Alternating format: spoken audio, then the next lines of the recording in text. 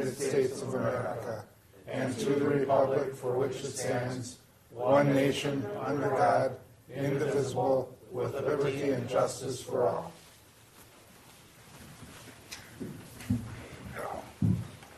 For the consent agenda, we simply have the minutes from the last meeting. I look for a motion by Supervisor Schultheis and second by Supervisor Shodron.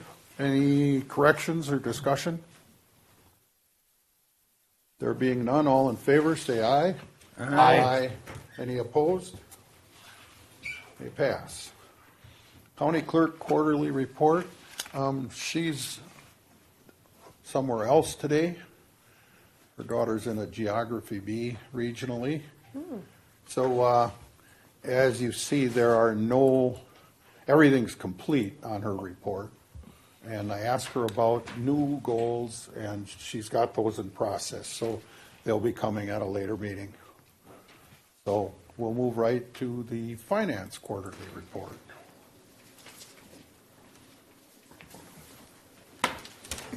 Good afternoon. Hello. So we've switched over to our new year for our goals. The first one is the one that has the most goals. For the resource utilization, we're focusing on expanding our use of our financial system and shifting some functions around. So the first one is already completed. We worked with treasurers on that to transition the bank recs. We're working already with the county clerk to expand the inventory module for their election supplies. That's pretty much complete as well. And the contracts for Tyler, for ADRC is in progress and almost done.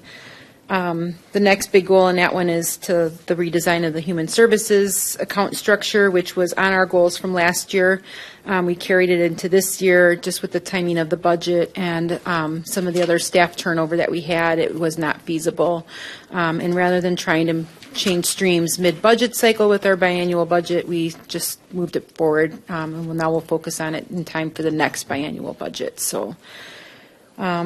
Then the next pillar, we just have one item currently to get more vendors on ACH payments, which we've been working towards, but we're going to make a more concerted effort this year.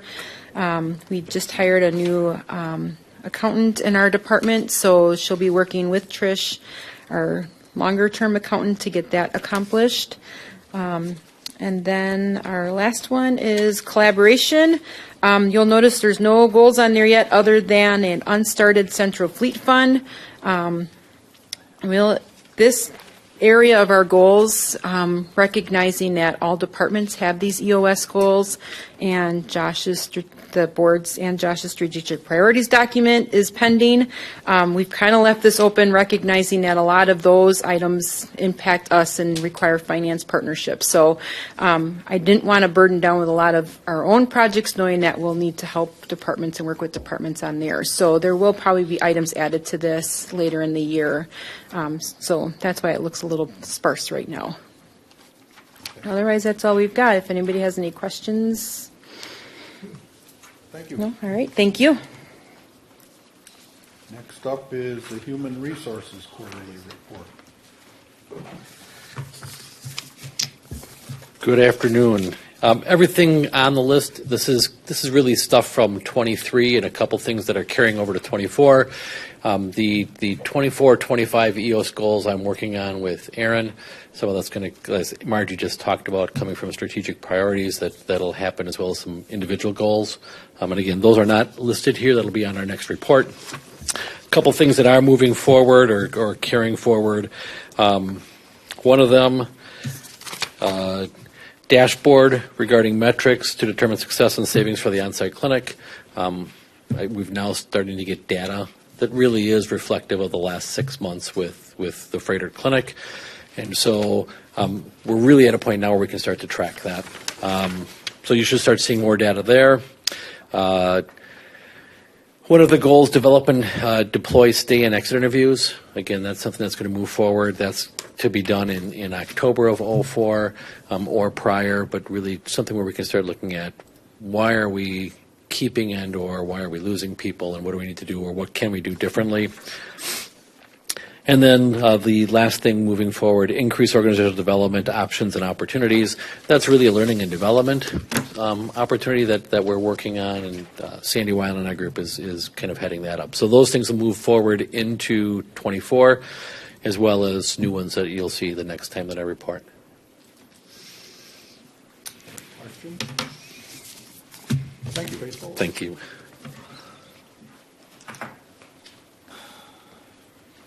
Our next item is the lead lateral update.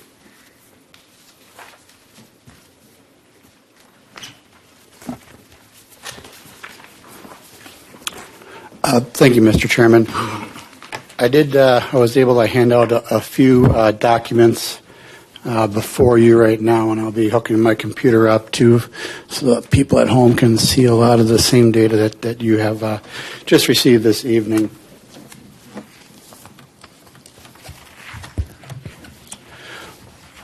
It's not ready to present yet, but we'll be there shortly.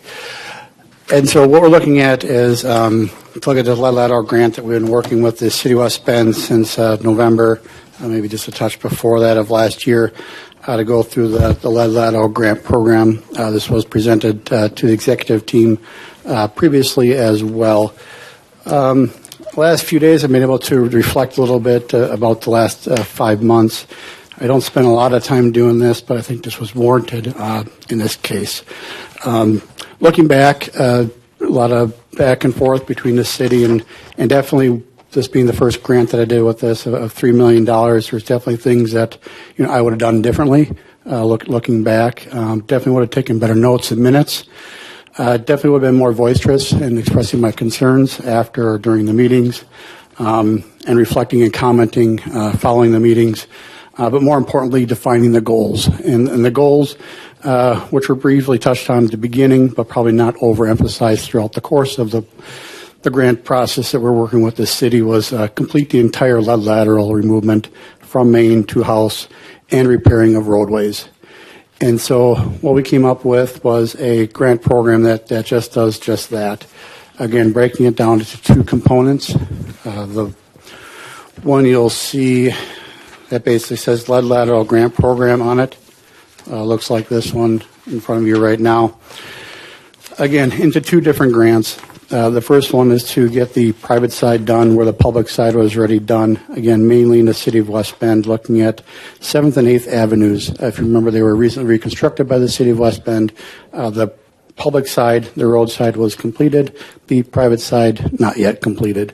And so looking at a grant of roughly $5,000 or exact costs for each lead lateral in that stretch. Again, removing about 75 lead laterals on 7th and 8th Avenue. And of course, if they have other recent projects that they could also address, that would be possible as well. Grant number 2, looking back as well, I think, doing a little better job of running some true hard numbers as the engineer that I am. And I do appreciate a good spreadsheet as well. Could have done a lot better job of looking at that. And we bounce around on ideas of what that looks like on the public side. Is it $10,000? Is it $15,000? And through the course of the past several months, kind of bouncing around a little bit on that and coming up with a dollar amount a little higher than maybe what was expected on my part, going $15,000 on the public side and $5,000 on the private side of the lead lateral. And if you flip to what's on the back of that, kind of remember the private side is from the curb stop in towards the house, and the water main to the curb stop, usually just behind the sidewalk, is the public side of that. And more importantly is that I think with this and stressing that the importance of working on this lead lateral program is to also help replace roadways. And to do that, looking at that, there's a couple different ways of looking at it. And the spreadsheet that you see up on the screen right there is something that I think I should have worked on earlier with the city of West Bend and given them exact examples of this, general idea, because I think we talked about general thoughts and got kind of hung up on some high-end stuff without looking sometimes down into the weeds. And this spreadsheet certainly gets us down into those weeds. When the city does a typical project, and again, I'm talking about generalities, and I don't want to be quoted on all of this stuff word for word, but generally speaking, when they do a reconstruction project, when they're doing it, they'll do a sewer lateral, the sewer main, the water main, and then storm sewer work, and then the roadway above it. And generally speaking, the road above the sewer, that about 10 feet, gets paid for by the sewer utility all the way down from the pipe all the way up to the road, paying for the gravel, paying for the asphalt. Same thing for the water main. Again, paying for not just the water main, but the gravel around the water main, all the way up and paying for the roadway above that. And if they have to do laterals, and the water service or sewer service also pays for the roadway going out, and maybe some curb and gutter work as well. And so taking that into account, that's a typical reconstruct project where you're reconstructing the roadway. I know there's a lot of numbers on here, and I'll try my best to walk you through it, but if you remember, there's a sanitary utility and a water utility, and the city pays kind of the remainder.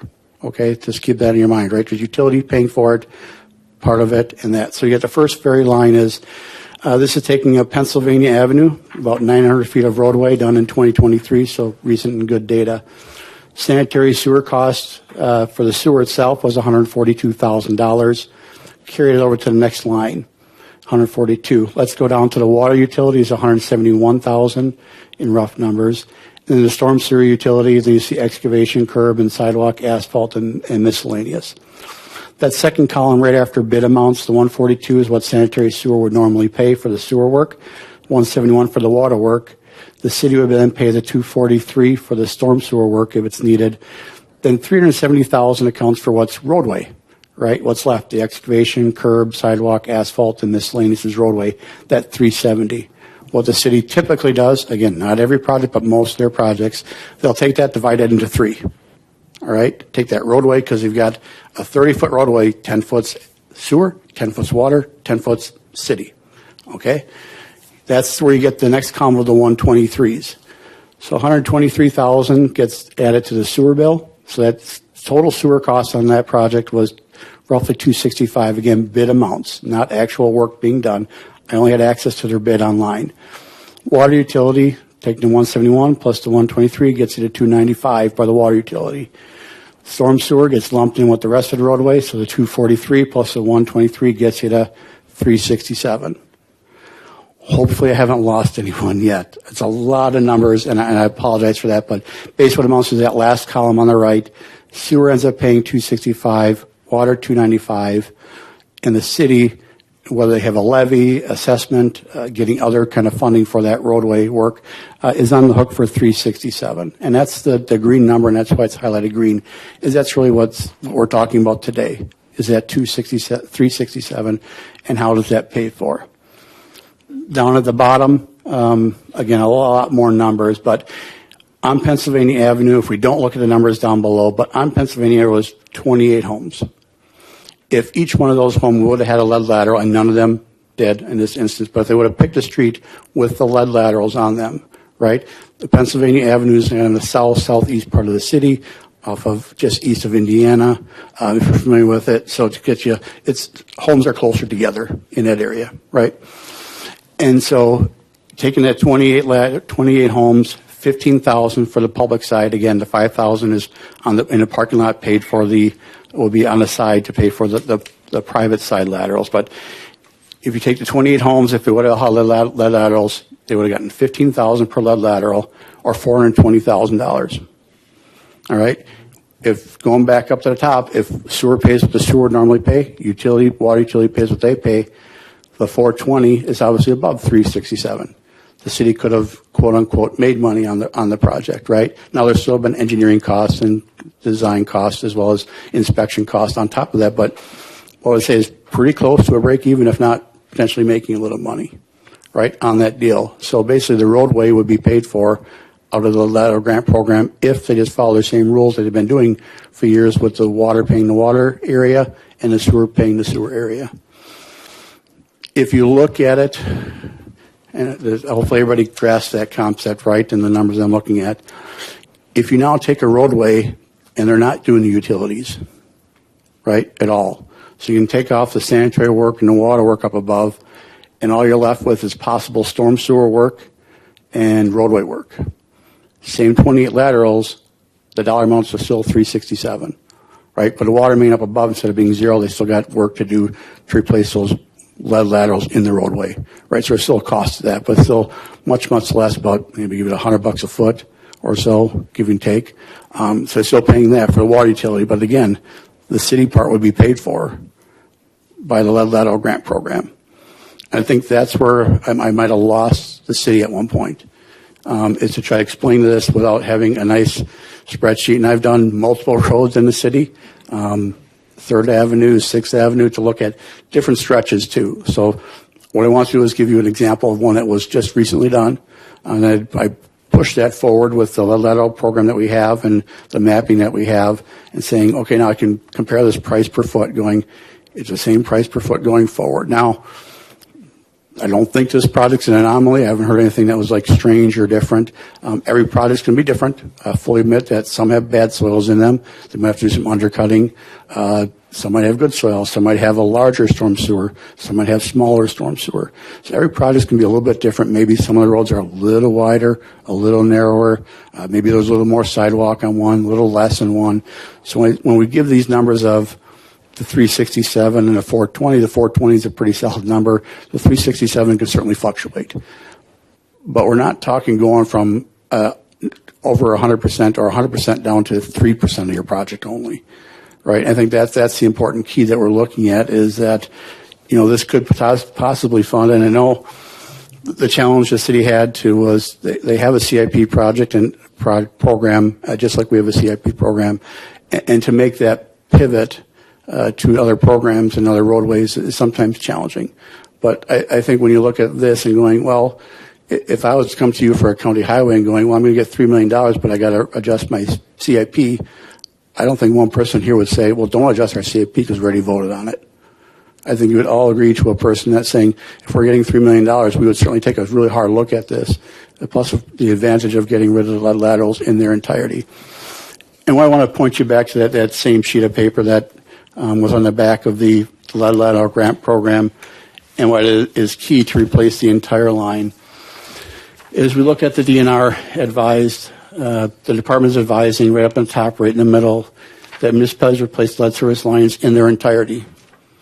Not just the private side, not just the public side, but in their entirety. You got to remember, every time you do that, you disturb the lead, right? If you're only doing one side or the other side. And that's one of the reasons why that we certainly spent a lot of time with the city talking about just doing the private side only, and looking at that again after that reflection time, especially after our last meeting when it was drilled into me that this was not a roads project. This was not a roads project. That it reminded me of my goals, our goals, on this project, and just strengthen the resolve of let's do the numbers, grants 1 and 2 on this one, and not just the private side only. So with that, certainly willing to take any other questions that you may have. I certainly can provide more data in your packet that I provided as well. I don't want to gloss over this, is the email chain between Executive Shulman and Mayor Unger to myself, as well as many city officials and some other county officials as well, reminding them that the grant program is out there, it is live, and we are looking for a response. We're looking for a response for Grant 1 by the end of this month, and realize that they need to take a little more time to look at this grant number 2 and really dive into it, that even we've been dealing with for months, never really heard that's not going to work, the finances don't work, and I'm sure after this meeting they'll be looking hard at the numbers and coming up with some numbers to see what it looks like on their side.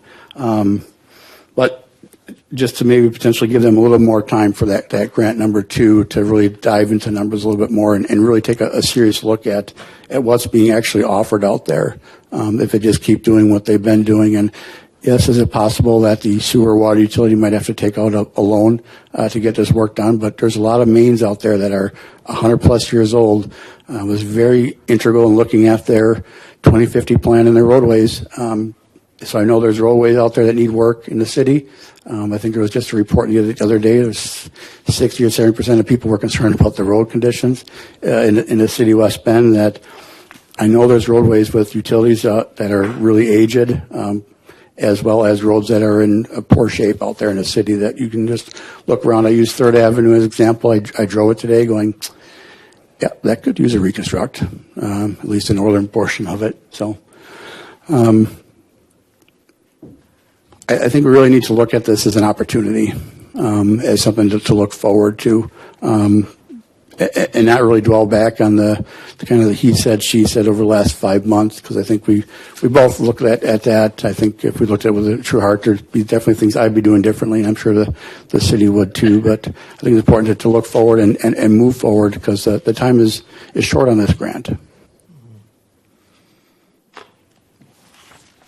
And if you want other examples, I've got plenty of spreadsheets to share with you as well. But I thought I'd share that update with you right now, and certainly open up to any questions that you may have. I have a question. Oh, do you want him to go first? Supervisor Mary, go ahead, if you don't mind. Yes, sir. Going back to, let me find where we're at here. Going back to under the, I'm not sure what page it is, the lead lateral page, it talks about under grant number 1. Yes. Well, I'm sorry, I thought I had the right page here for this thing. Under grant number 1, it talks about this would include trench restoration, gravel and asphalt to 2-width, engineering, construction, interior home repair, private trench repair, and vegetation removal and reestablishment. In other words, this is going to be, lawns are going to be resodded. Is this the homeowner's lawn, or is this just the terrace area? Typically speaking, it would be from behind the sidewalk to the home. There's different methodologies to replace that lead lateral, depending on the soil types. It's really dependent on the soil types. There might be able to pull it through and basically break right through the old lead and leave that one in place and actually pull it through. Sometimes the ground is just too sticky and that just won't happen, or too rocky. And so they might have to do a trench.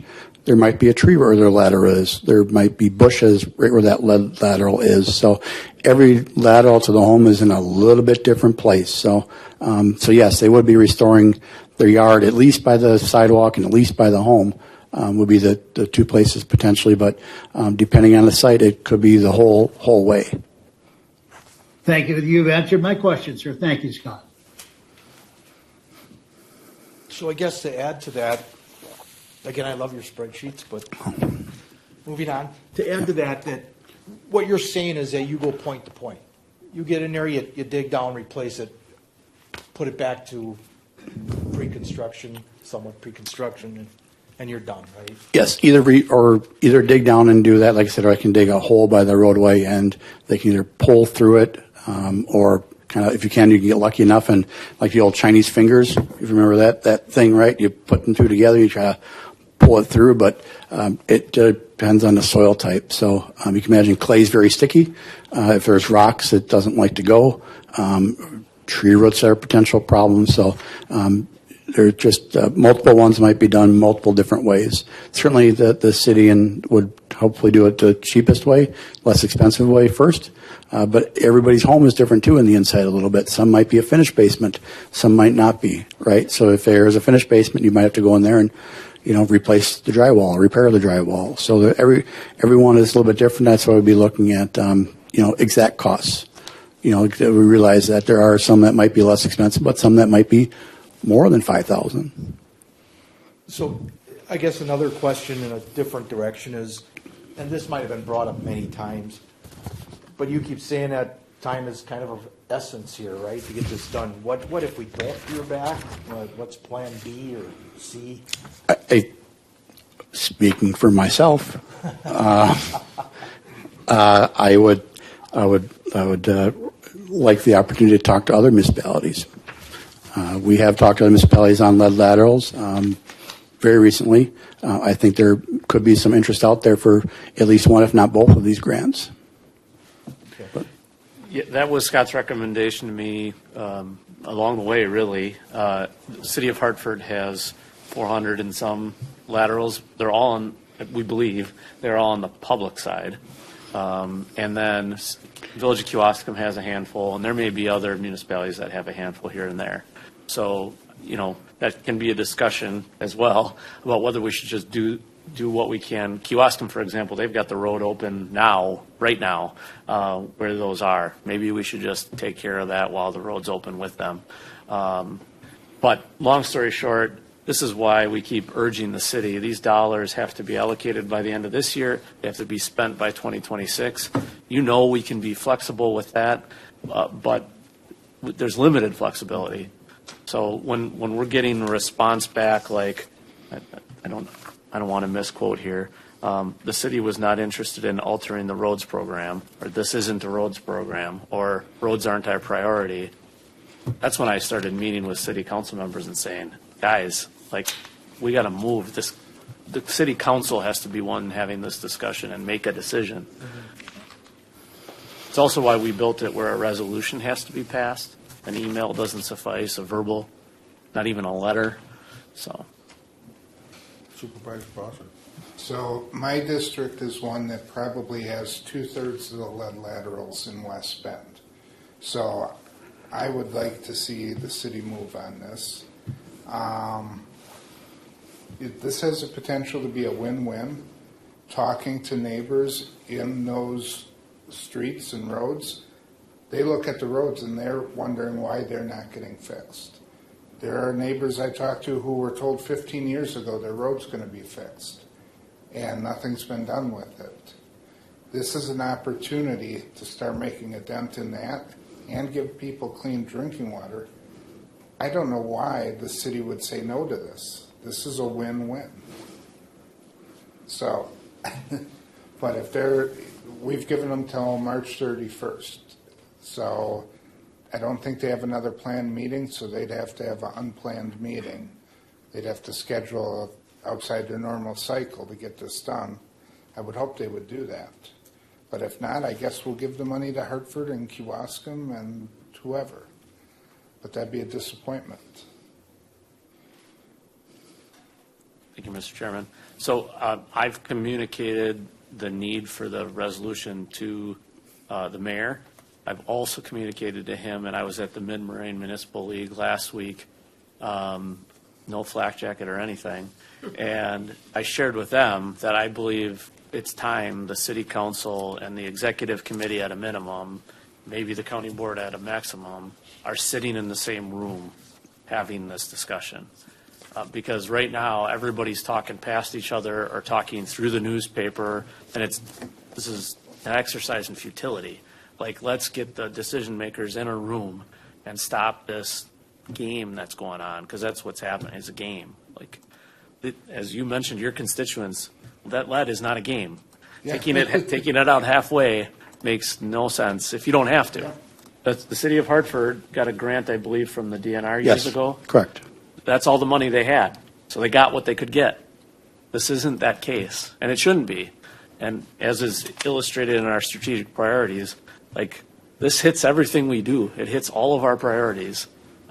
It should serve your constituents and those of, I believe, Supervisor Bailey and Supervisor Kelling, and hopefully eventually over in Hartford. It should serve everybody really, really well and get what they've been asking us for 7-8 years.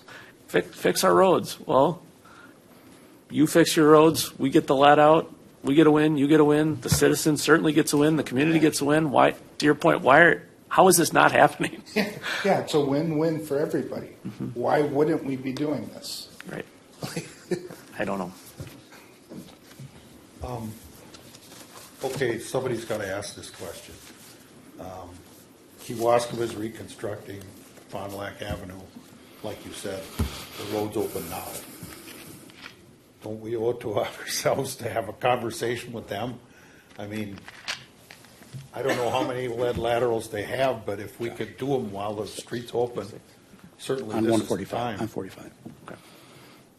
Thank you for that question, Mr. Chairman. And I've had constituents calling now that they know they've got lead. And the village president, prior to those calls, had contacted us and asked us the same. That's why we brought it up here today, in part because you'll remember when we structured both of these programs, the lead lateral program is adjacent to the fire and EMS program. West Bend isn't participating in the fire and EMS program because it's a large program, but they have a big problem. So we're trying to be fair by not including them in that and then also doing this for them. But in the case of Kewaskum, if it pleases this group, I mean, I can come back here in April with an allocation of ARPA dollars to directly fund it. Six laterals at 15,000 apiece. 5 private side, if Private they're doing the public already. Okay. So we can work through that with them, what the proposal is, but we could bring that back here. I'll just remind you, that money's running out. So just keep that in mind. It's not out, but I'm trying to get more things to come to the board and have general fund decisions. So because these aren't easy anymore. We're now getting to the point where even if you approve this, once we get to that stage of them bringing a resolution back, if we're going to keep doing this, it's property tax dollars that's going to fund this stuff moving forward. So I'm glad you're bringing that up, but eventually that's got to be part of the discussion this board has. So with your permission, I'll bring back that Kewaskum item next month. If there's only 5, for goodness sakes. Yeah, why not? I just don't want to be I know. unfair to different municipalities. That was the only reason I didn't do it that way. Yeah, that's a relatively minor amount. Does Okay. anyone else have their roads open right now? Yeah. Good question. It's an opportunity. I don't know. It is. And my only question is, what do you need from us? A consensus? Yeah? I believe yes. We definitely need a consensus. I think there needs to be some reach outs, like collaborative reach outs, not letters to the editor, but like we need to reach out to council members. We need to reach out to the mayor and say, look, we want to talk with you, the elected officials. I think a reach out from the county board chair, whether that's just the executive committee and the city council, or whether it's to sit in front of the whole board. We're past, I've been saying it, you've been hearing me say it since my state of the county. We got to cut through the bureaucratic crap and get to decisions that impact people's lives. Yes. I like the idea of having a joint meeting with the city council, because this is not a decision for the bureaucrats. This is for the elected leaders, the city council, the county board, not people like Scott or the city administrator, but for us. So I don't know if that'd be executive and the city council, or if that'd be the full board and the city council, but I think we should do that. Maybe this March 31st date, we put a date after that joint meeting. I don't know what people's thoughts are on extending that, but I'd want to be careful. I don't want to create some expectation that we're just going to keep extending this indefinitely, saying, please take our money. We're not. If they're not going to take it, we'll give it to Hartford. We'll give it to Jackson if they have problems, or Slinger. So, but that's my thoughts. I agree. I mean, other than what I know here, I don't know what they're thinking or why they're thinking the way they are. So maybe we can shed some light on that. I believe the board is wholeheartedly behind this idea. So I think if we have a meeting, it'd be a lot easier to just have executive meet with the West Bend City Council.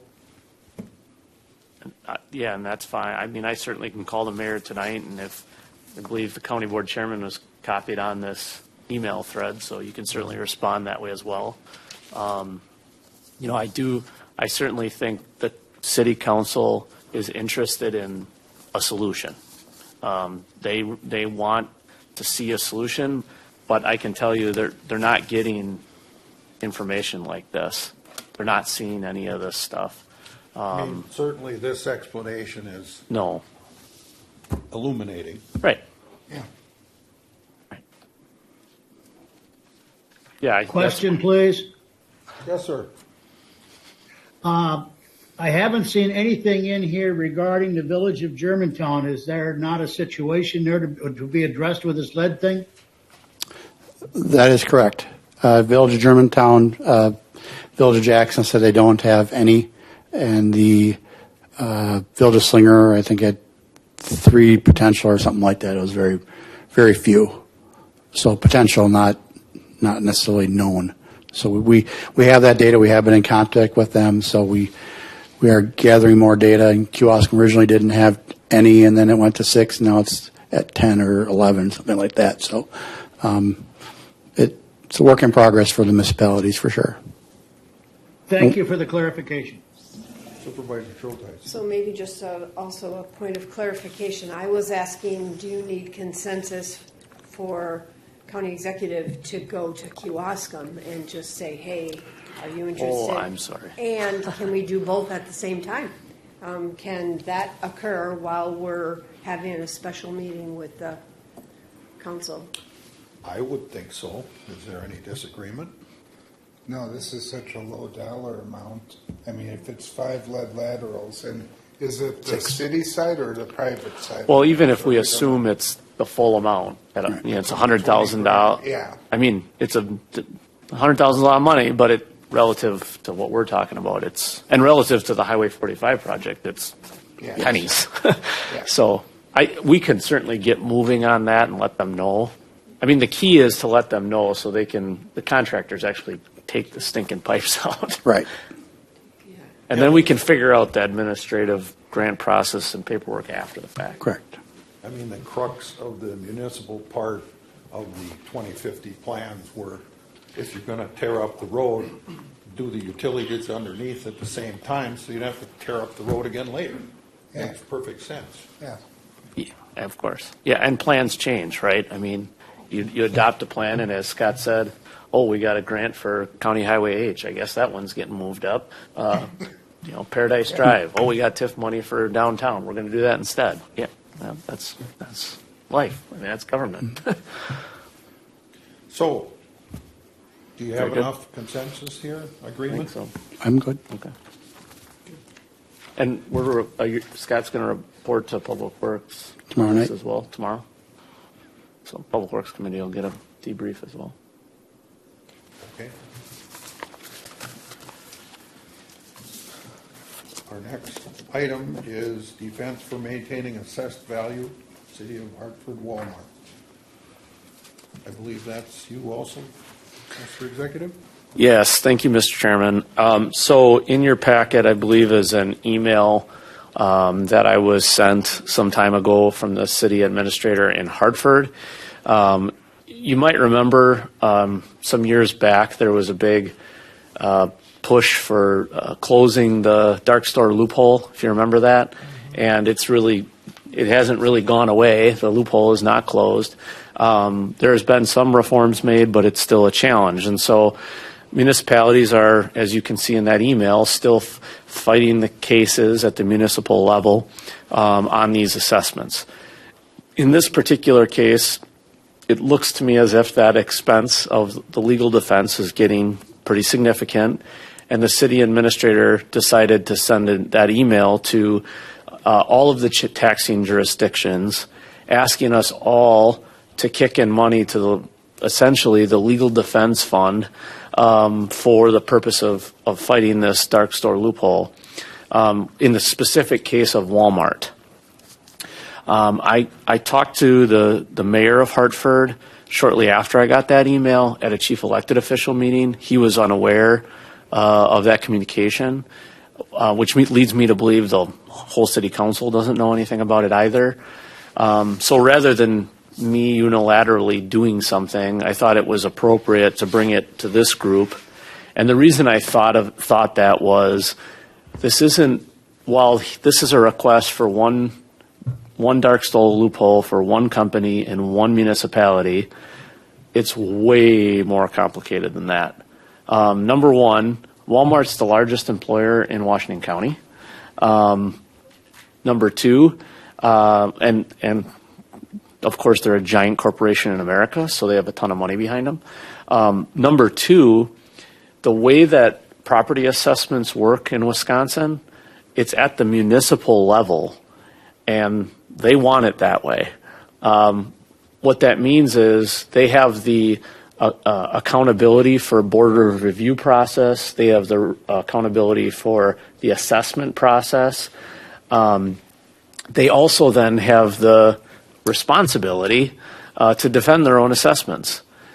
It is not like that in most states. In most states, either the county or the state take on that responsibility for the purposes of fidelity. You can imagine we have 21 different assessors running around the county doing 21 different things. And also, when you get into these circumstances, the state or the county has deeper pockets to be able to sustain legal defense of that assessment. Well, the municipalities have made it clear in Wisconsin they want this accountability. In my opinion, therefore, well, if you want the accountability, fine, but then you also get the responsibility, which includes dollars and cents in your legal defense. Third, if we take this one on, this is one.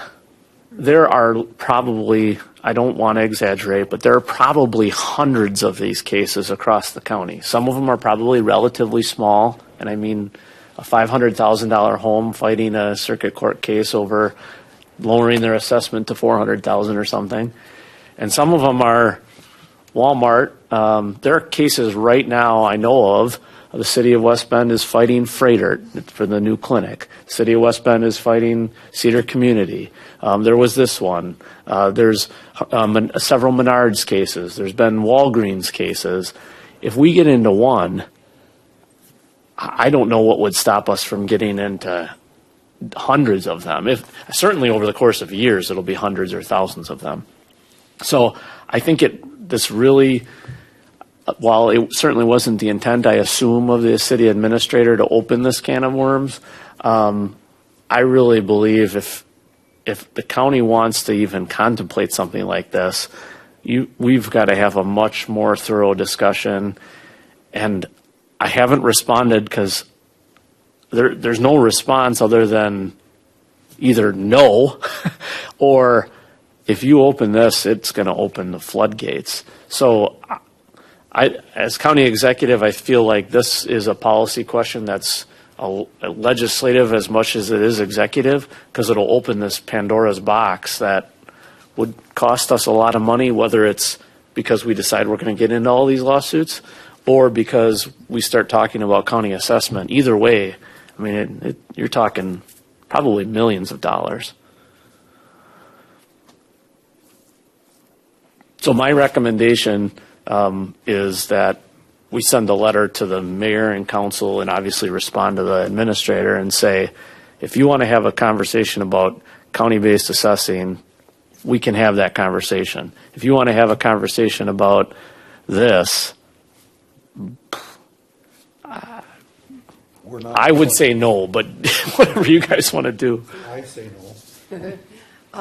Do we have any sense for the second sentence, not every state allows this loophole, but in Wisconsin it is allowed to be used but is being battled in court? Do we have any sense for that status? And we know how No, this has been battled in court. It's been battled in the poll booth. We're probably going on 10 years of this argument. Yeah. Basically what it is, when I say dark store loophole, I'm sorry, I was assuming everybody knew, and I shouldn't have assumed that, because the dark store loophole, when it came to the county board, I think 6 years? 18. Yeah, something like that. Wow. So basically what it is a place like Walmart will fight their assessment and say, Shopko is closed and dark, and you're assessing them this amount, but you're assessing me this much higher. That's unfair.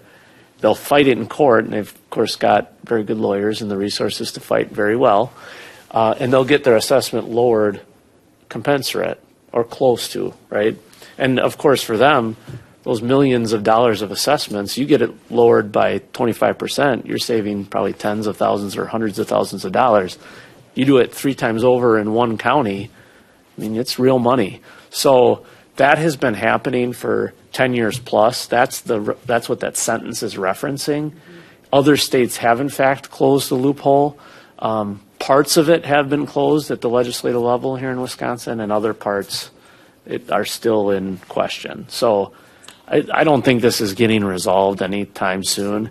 And to be honest with you, in the end, I don't quite understand what municipalities are doing. I mean, on the one hand, we certainly should fight for what we think is right and protect the rest of the property taxpayers.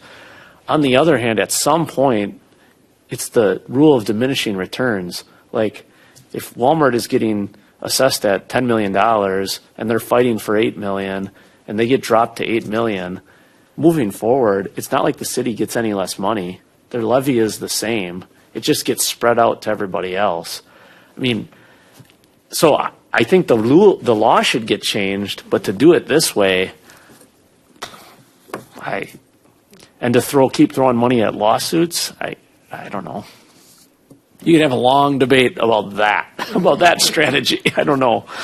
I remember when it came up with Menards a few Yep. years back, and it didn't hit me until it was explained that, okay, if their levy drops, the city levy stays the same. So every homeowner is going to pay more taxes.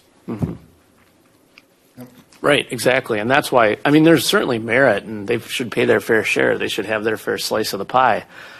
But, I mean, at some point, until we should be spending our time and energy getting a legislature and ultimately a governor to sign it, spending more and more and more money on lawsuits. We should do it to a point. You just hit the nail on the head. This is a state legislature issue. It And is. until they fix it, this problem's going to keep going. You know, I remember when Meyer built, and the store had barely opened their doors when they filed dark store, and they're in a TIF district. So, as far as this, you know, initially when I read it, I thought, okay, that's not that much money. But then thinking about the issue of the city chose to own the assessments, well, then they have to take responsibility for them. So I agree. I would say the same thing. And that reminds me of the whole shared revenue thing. I mean, the state created the problem with, limiting stuff, and so it is a state problem, not a Washington County problem. Yep.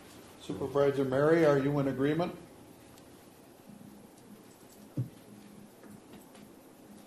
Concur. Okay.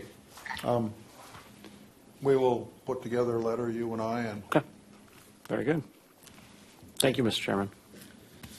our next item is the strategic priorities, which is also you, correct? Yes.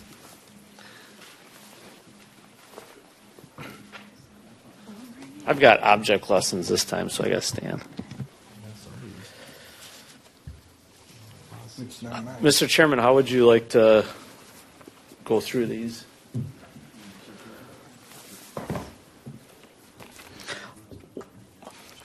Just one by one? Sure. From the top, so to speak? So with your permission, next generation housing, since it was discussed and debated at the county board meeting, starting with that one seems best. And I have a few things that I'd like to touch on. First off, I want to concur with something that Supervisor Gundrum said at the meeting, at the county board meeting, and that is there are things that have changed, that are changing, and we need to relook at the program. That's 100% true. That's a point of having it as an initiative again. I completely agree. I actually believe there's probably more opportunity for consensus than maybe the heat of that moment illustrated, and I would respectfully ask for an opportunity to meet with you on the side to talk about some of those things. But that being said, I do have a number of things that I think will start planting food for thought that might help that discussion. Specifically, I'm very, very concerned about the number of apartment projects that I'm seeing go up. and I don't mean this for Washington County, I mean this everywhere. Madison, Milwaukee, here, adjacent counties, we are acting like low cost, even subsidized rent is the solution to our problem. Low cost, subsidized rent is our problem. It's the antithesis of our solution. If we go down that path, we get sucked in to the concept of the World Economic Forum where you will own nothing. The entirety of the American dream, of American society, is predicated on property ownership. And if we don't start from that premise, you are literally taking liberty away from people. Owning that piece of property, you know, if you go back to the 1700s, owning that piece of property is the difference between freedom and not. I won't use the other word, but it truly is the essence of the American dream. I say that because I want to give you a couple of illustrations in American history that point to why the path we're going down is the right one. But like so many other things that we've done and we've tried, we pilot ideas, prototypes, just like a company, and you change the prototype as you go. You don't use, almost never do you use the same first prototype, probably never, the same first prototype by the time you get to the fifth or sixth iteration. So let me walk you back in history, and if it wasn't for this history, I wouldn't be standing here. Supervisor Gundrum wouldn't be here. Supervisor Schulteis wouldn't be here. The sheriff wouldn't be standing here. And let me show you what I mean. This is a picture of my 7th generation family. This is my 7th great-grandfather. This right here, I believe, is 4th generation Gundrum on Rick's side and Ashley's side. They're much closer related than I am. But the reason I show you this picture is because, not because I want to show that we're related, although we are. Through marriage, and really, actually, so am I. I'm related through marriage because of my grandparents, windy way, and adoption to make it more complicated. This document is from the United States General Land Office. Yes, this is the original homestead of the Gundrum family, which is in the town of Addison in Neno. And the reason I wanted to show you that is because I want to explain to you how it worked. Because some of you might argue that it's subsidized housing. The way that the Gundrums and hundreds of other families, including some that are sitting on that side of the table, got to this county was through the Land Act of 1820. And in the Land Act of 1820, we were the Northwest Territory. And the United States Land Office was selling land and encouraging people to move west and wanting to develop and prosper the country at the time. But they were selling the land for $1.25 per acre. Okay? Now, you think, well, yeah, Josh, that was 1820, $1.25 then. But just wait. $1.25 then for the 160 acres that my 8th great grandparents bought cost them $200 for 160 acres.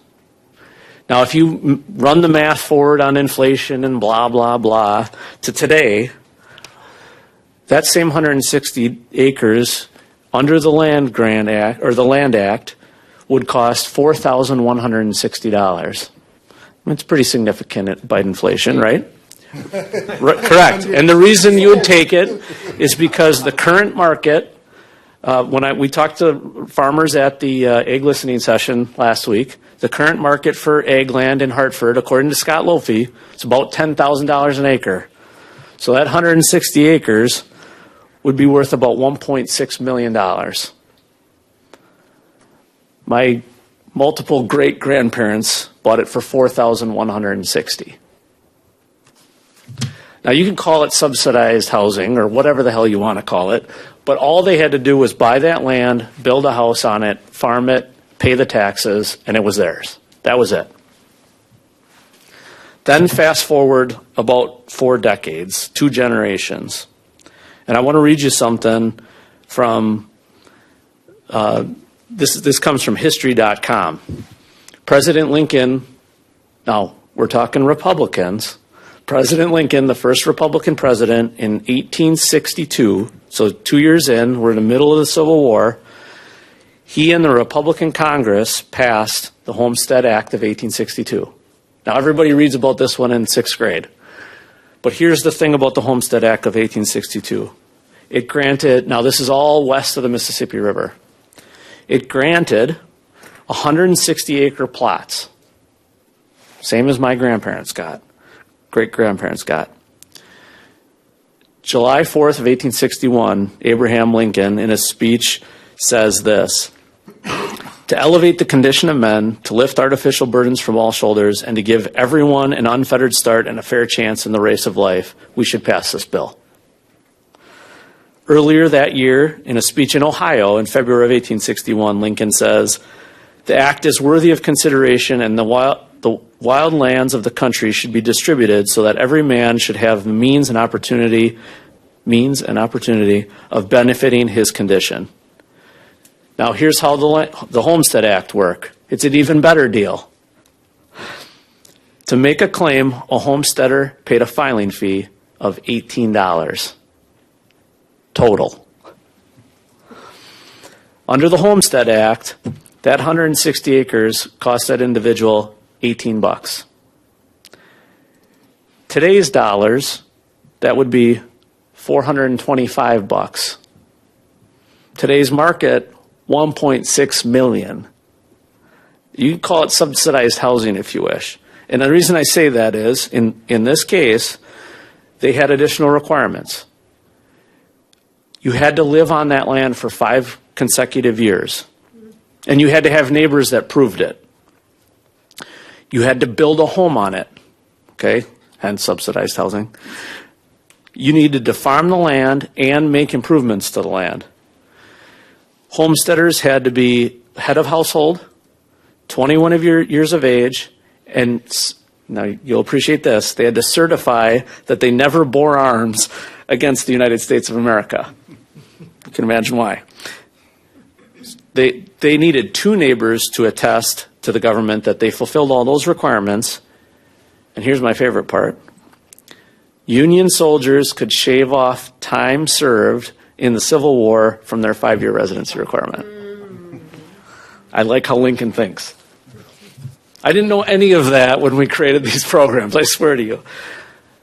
The point of me telling you that story is what I have spent, I can't even explain to you how much time talking to people across the country, the National Association of Realtors, the National Association of Builders, the Wisconsin Realtors Association, the Wisconsin Builders Association, I could go on, local builders, local developers, local realtors, local land title people. We have talked ad nauseum about this issue. And where everybody is getting it wrong, and I mean everybody that I've heard starting programs, is they are focusing on mortgage payments or rent payments, subsidizing those things. That is the opposite. Lincoln said it best. We need to focus on just give people the opportunity. That's all you got to do. Give them the chance, and they'll do it on their own. They'll create prosperity by themselves. It's literally in our mission statement. All we have to do is give them the opportunity. But how? One of 2 ways. Either we do it like we did in the 1820s and again in the 1860s, which, by the way, the Homestead Act lasted until 1970. We donate the land. I mean, it's literally what's going on in Jackson right now. And still, with all the infrastructure we put in and with all the government fees that we put in place and the requirements that the village has on it, there's those homes at the bottom end are still selling for $320. The top end, they're $420. Okay? So land is one thing. If we want to go get into the business of finding spots with municipalities and buying land and making that the path, that's one way. The other way is more near and dear to my heart. I'm open to either, by the way, but the other way is more near and dear to my heart, and that is the average home in a municipality, when you build it, has $60,000 to $90,000 in hard and soft regulatory costs. Okay? Now think about this for a second. Permit fees, inspection fees, water and sewer connection fees, impact fees, and those are just the fees. You can get anywhere from $7,000 to $12,000 per home. Now, in the homes in this price range, okay? If you build a bigger home, you can obviously get higher fees. Those are just the fees. Now think about requirements for zoning. If you require a third of an acre lot instead of a quarter acre lot, that means you can get a lot more lots if you go down to a quarter on one piece of land, which means you can, similar to our conversation about property tax, you can spread out the cost, lower the cost of each lot. Well, if the municipality makes you build a third acre lot, they're essentially adding to the cost. If they make you put sidewalk in front, adding to the cost. The homes that were just built in Hartford, that sidewalk was really the material difference between success and failure, yes? Correct. And these guys built the thing. Literally, they came to us and said, if we have to pay for that sidewalk, this is done, right? That's correct. Curbs, what type of curb you put in? Do you have a 66-foot right-of-way? How close do you let that house get built to the road? I mean, think about that. You build it, and John is in the industry, in the building industry. You know, you build that thing closer, that's that much less driveway you got to build. That's that much less sewer line you got to put in. That's that much less lateral you got to put in. That's that much less concrete driveway you're building. All of those, and municipalities look at me like I'm going nuts. But the problem is, when you look at this stuff, they have a requirement in that same subdivision that you got to put this framing around all the windows. What's that at? A couple grand? Yeah. And it's a couple grand. But you start adding those things together. I mean, this is real money. When I say government regulations and fees, that's what I'm talking about. Now, I say all that, and I will defend municipalities in this way and in this way only. I kid. But those permit fees, because of levy limit restrictions, those permit fees are lifeblood for them. They cannot think 3 or 4 or 5 years down the road because they can't even figure out how to balance a budget from year to year to year. And that is a challenge every municipality in the state has. Okay? So I'm not being critical of them in that regard necessarily. However, if we treat that, for example, like we treat personal property tax or any other fee we don't like, we can solve this problem. But it's got to be the type of thinking that we haven't done here since 1862 or 1942. The last time we thought even remotely like this was in the 1940s and 50s when we built Levittown. And I mean we, America. We've walked away from this stuff. We've regulated the crap out of everything.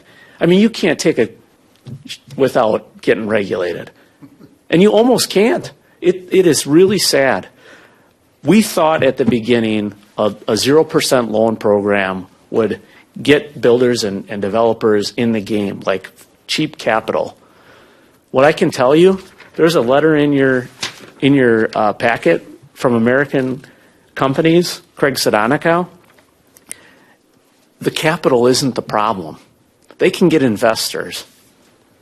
And for those who are listening or those who are critical, who are saying, yeah, it's the greedy developer or the greedy builder or corporation making all this money, I can tell you, and I'm sure these guys can, we're talking about like a 10% margin. You say, oh, 10%. Well, when you can make 5.5% on a CD right now, yeah, 10%. How are you going to get your investors to invest if you can't get a decent return? We're not talking about 20, 25%. If we want to empower the private sector to solve this problem, and that is what I want. I don't want county government in this game. But if we want to empower these guys to be able to solve it, then we've got to take the hurdles away. Or we've got to do what we did in the 1820s and the 1860s and grant the land to make it happen. That's it. There isn't another solution. There's no silver bullet somewhere. If there was, we would have solved it long ago. The truth is, we've solved this all before. It was just people that haven't been around for a really long time. It was previous generations. We've been immensely blessed in this country. We have so much prosperity, sometimes I think we don't know what the hell to do with all of it. But we got a real crisis right now. You can flip a paper open almost every single day and see how bad the housing market is. There was just an article on Sunday, I think, in the Wisconsin State Journal, basically saying, and this is the third one I've seen like it, the inflation right now is really the housing market, and that's it. Rents are going up like crazy. Obviously, everybody knows the interest rates are going up like crazy. That is what is killing us. And it's because we haven't built new homes since 2008. We just haven't done it. And we can get into hours of talking about the regulation that caused that. But the bottom line is, if we want to solve it, those are the two things to do. I'll get off my soapbox. I encourage you to read this letter from Craig Sadonico, CEO of American Companies. He's saying exactly the same thing. I can tell you from the very start, the Newman companies, Matt Newman, told me exactly the same thing. I've also invited Tony and Nate from A&N. They constructed the homes that are going up in Hartford on the northwest side over by the airport. You'll hear in a second, they have a very similar story. I am all for a second pilot project. I'm all for building a new prototype. But we have to acknowledge those are the two issues. And if we try to do some other kind of solution, we are going to be subsidized housing. We are going to do what Milwaukee is doing and building rentals that are subsidized, or Madison is doing. Rentals cannot be our solution. It's got to be home ownership. So with that, I'd like to, with your permission, Mr. Chairman, I'd like to turn it over to Tony and Nate and let them give you firsthand knowledge and certainly open for questions. Is that okay with you? Sure.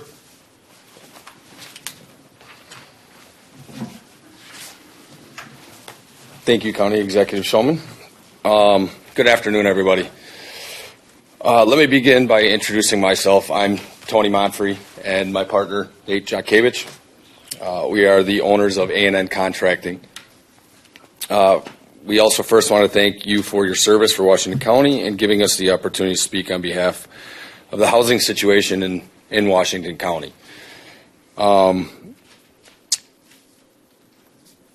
If you are unaware, Nate and I were asked to take on a pilot project for the Next Gen housing. We proudly accepted and have sold our first two homes, as County Executive had said. And those are in Skyway Park subdivision. How much? We sold those for $319,900, which we'll get into was a challenge. We were proud to be asked to do this, and we are all behind all this, but again, it has to financially make sense, right? Or we don't stay in business. So what we are currently constructing two more currently beyond the two that we built and have now sold, and we'll have 7 total in this pilot program. What we quickly realized was when we finished up for the first two houses was the major variables affecting the home sales price set by the Next Generation Initiative. Some of these variables are the governmental fees, such as sewer and water hookups. I brought, I don't know if anybody wants to see, but this is a fee schedule to the tune of $7,351. That is just our hookup fee and rec fees and park and rec fees. Most people don't realize this when we tell them that our total package for the housing with building permit is close to $11,000. That is a huge fee for us to take on. And we're also doing a condo development as well. Times that by 2. We're looking at $22,000 to $23,000 for fees.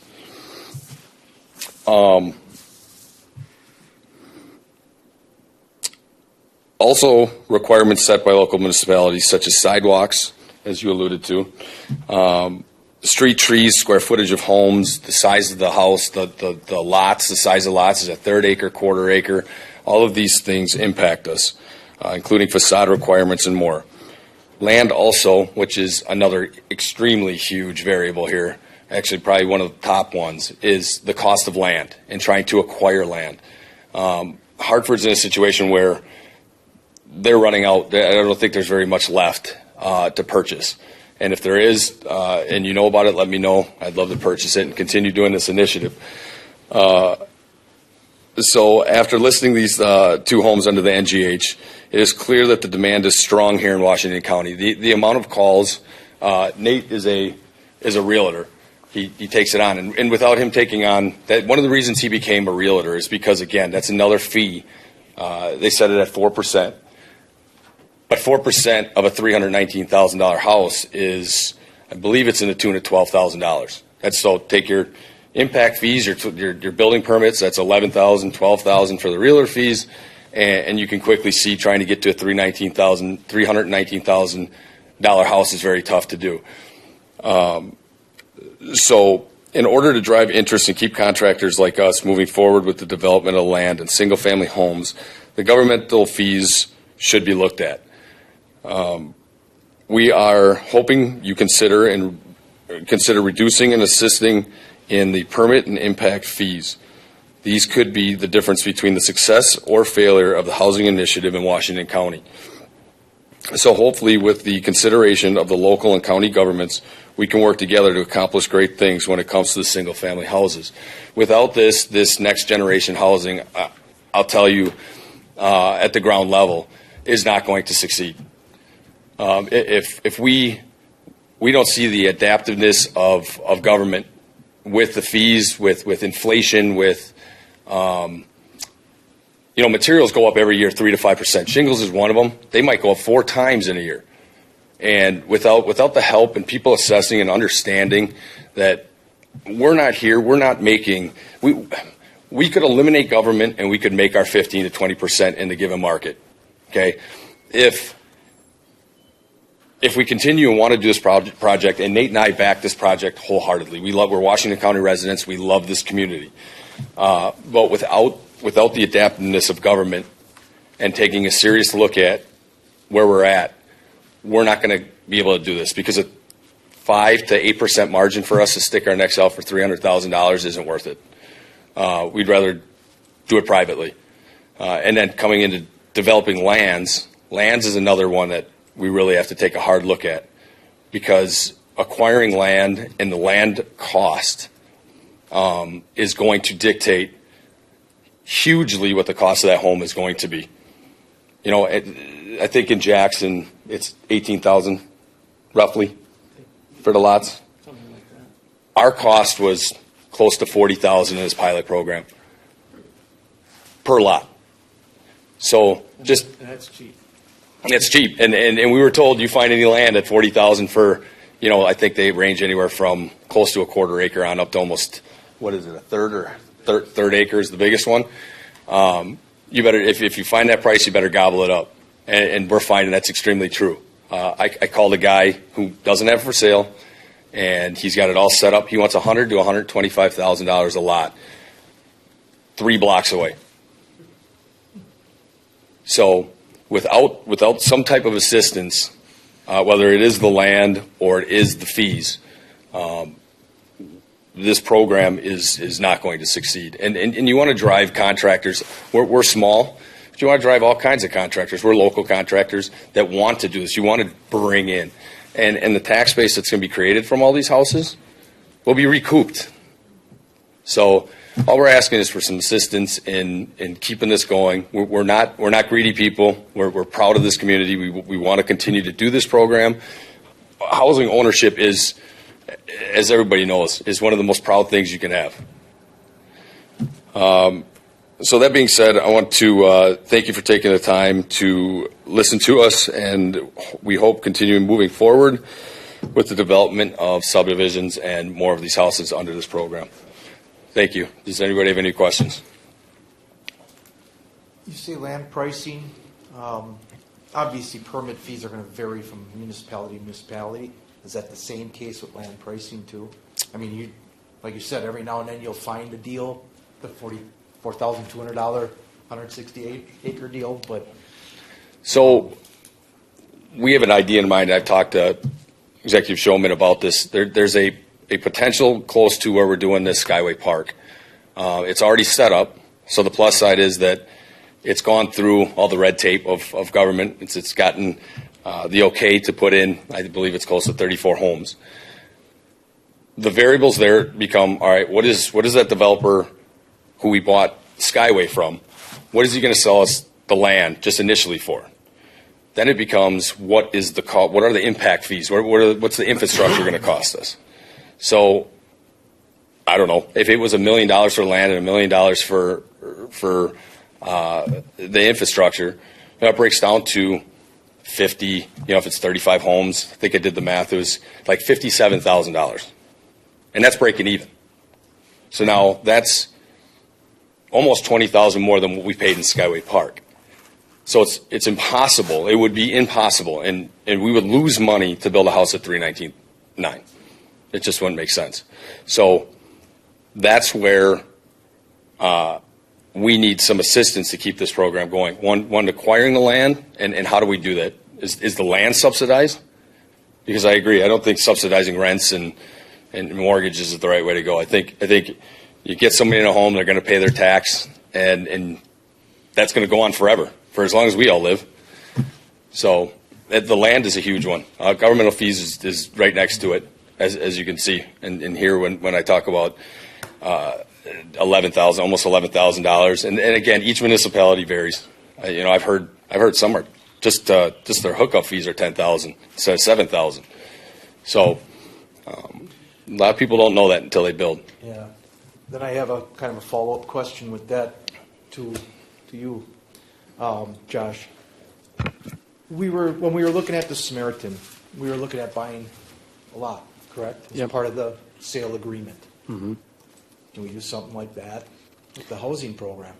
I Yeah. mean, if we buy it, we could get it cheaper per acre, For sure. and then Yes. maybe establish some kind of a work to pay off like we do with the loan program. Correct. And then Jackson's a little different because the municipality happened to own that land at that time, and they were in a TIF district. This is not in a TIF district, and obviously the municipality doesn't own the land.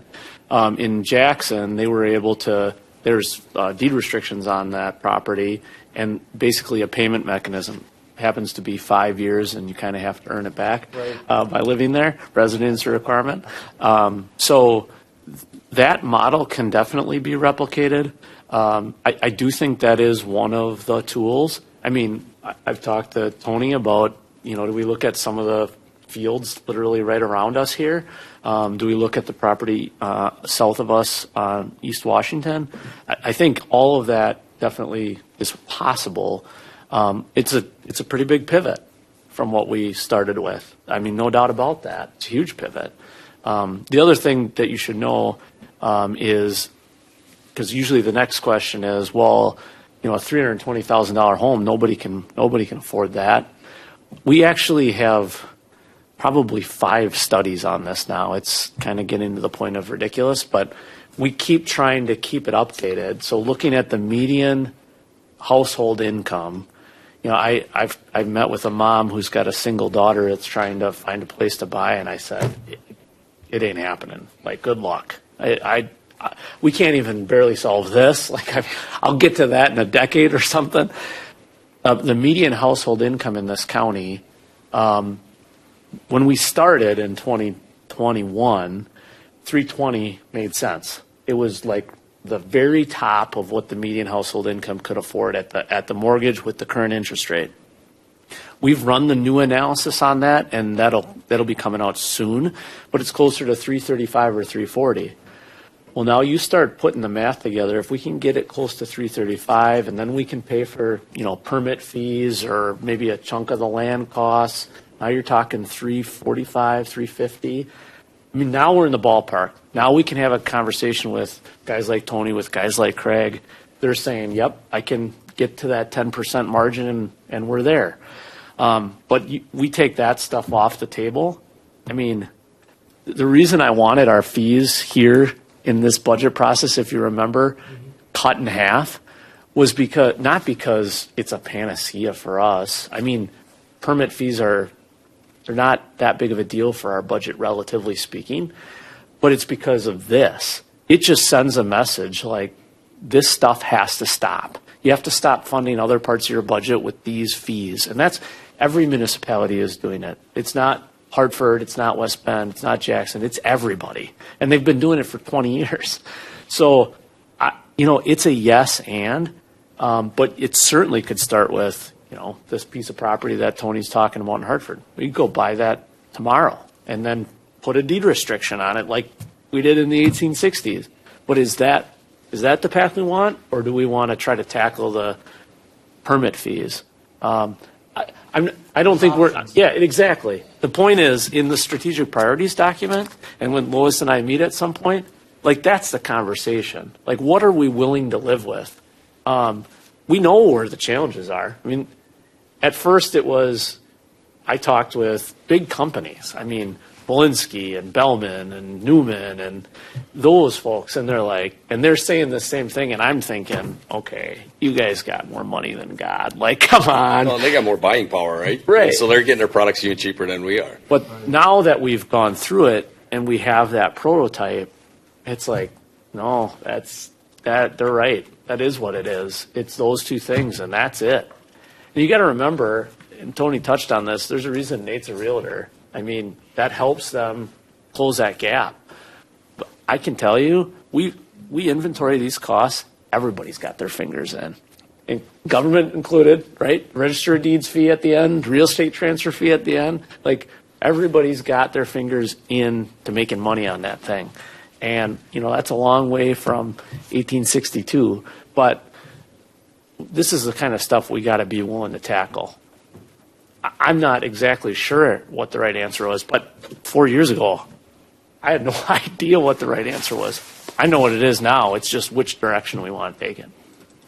Well, I think your $340,000 is probably reasonable. I mean, if you look at rents Oh. that people are getting now, most people are paying more in rent than I pay in my house payment. Well, and the scariest part is even if they're not, let's say, some of these apartments in West Bend are $1,700, $1,800, Rincon, somewhere in that same ballpark. I mean, that's great. But if you're a 25-year-old and you're each making, $50,000 a year, $25 an hour, how are you ever going to save for a house? well, and I'll speak to the first two houses we sold. The purpose of selling those houses was to get young people into Washington County. The two that were sold to, I think it was mid to late 20s, and the other one was a 22-year-old just recently married. It goes to show you what type of housing that's going to bring into. Supervisor Grundrum. Okay, so my disagreement is not about the fees, permitting fees and impact fees and all the things that communities put on it and the county. That is not my disagreement. My disagreement is using county taxpayer money. Did that go directly to lower fees on every one of those houses? Right now, county taxpayer money is all in loan form. Correct. There's no grants. Okay, so no. I'm talking about the $7.5 million. So $3 million approximately went to Jackson. It went mostly to infrastructure costs that he talked about. Okay, Yep. so the thing is, we don't really need the taxpayer money at the county level. The taxpayer money would naturally come from the local municipalities reducing their fees. It means that they're going to shift a cost or a revenue from one place to the other. It's going to go to the levy of everybody there. And that's my disagreement with NGH, is the county is rewarding only particular communities. We're picking and choosing who's the winner because we only have 3, right? Okay, but if we could convince everybody to reduce all their fees and spread that throughout their entire tax base in their municipality, that would surely reduce the value of a home. And that's where my disagreement with the whole thing is that. No, I agree, which is why we made it a loan program and not a grant program initially. Yeah. Because I truly didn't know where the pain point was. We know now. You are correct. Here's the problem. And it's the same problem as personal property tax. Remember when 5 years ago, when Yep, personal and property we got rid of that, yeah.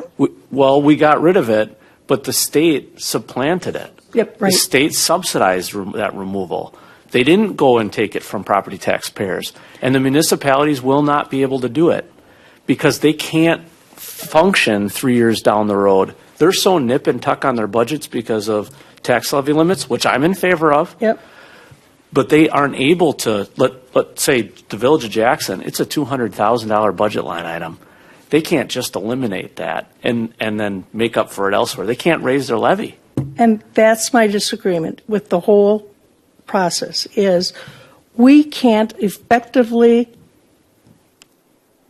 have a huge impact because it would take so much money from the county to have that impact that you're looking for. The cost of a home is going to go up based on inflation. We can't help that, or we can, maybe, I don't know. I mean, it's a bigger picture. It's a really big picture. It is a bigger picture. But we can't really affect the real cost of a home unless we have it in the impact fees, the permitting fees, and if the county thinks that we can take that on and have a real impact throughout the county, we can't. We don't have enough money to do that. We can't solve it for everybody forever. We can prove the point and make the change. We'll have to do the same thing we just did here. We'll have to run a pilot and show people, look, it can work. You can make this happen. You could have this exact conversation with Dan Knodel and Dewey Strobel and say, this is exactly how you change personal property tax. Just as an example, we could change it the same way. We absolutely could. Nobody is having this conversation. Like, we are the only ones having this discussion. And without us starting that old pilot program, which was a loan program, which will get every nickel back, we wouldn't even be able to have this discussion. We're not going to get the $7.5 million back. All of it will come back. It's all a 0% loan. But they're all, it's happening so small that it's not going to, appreciably, over time, we're not really affecting much of anything. 1,000 homes is a lot. We'll have 100. Well, we've only got, 20 planned in Jackson. How many in Hartford? No, we have 7 in Hartford. Yeah, we're doing 7, and we want to do more. And without the help, I mean, You aren't going to be able to stay at the 319.9. What's that? You won't be able to stay at the 319.9 We and call it can't. We can't affordable. effectively stay at 319.9. Exactly. That's not the basement anymore. So it's a really big discussion, much bigger than 100%. that we might be related. Well, I mean, Well, neither one of us would be here if not for that program. So I don't agree that your assessment of that or your explanation of that is the same thing. I don't agree it's with that. 100% the Okay. same. Well, okay.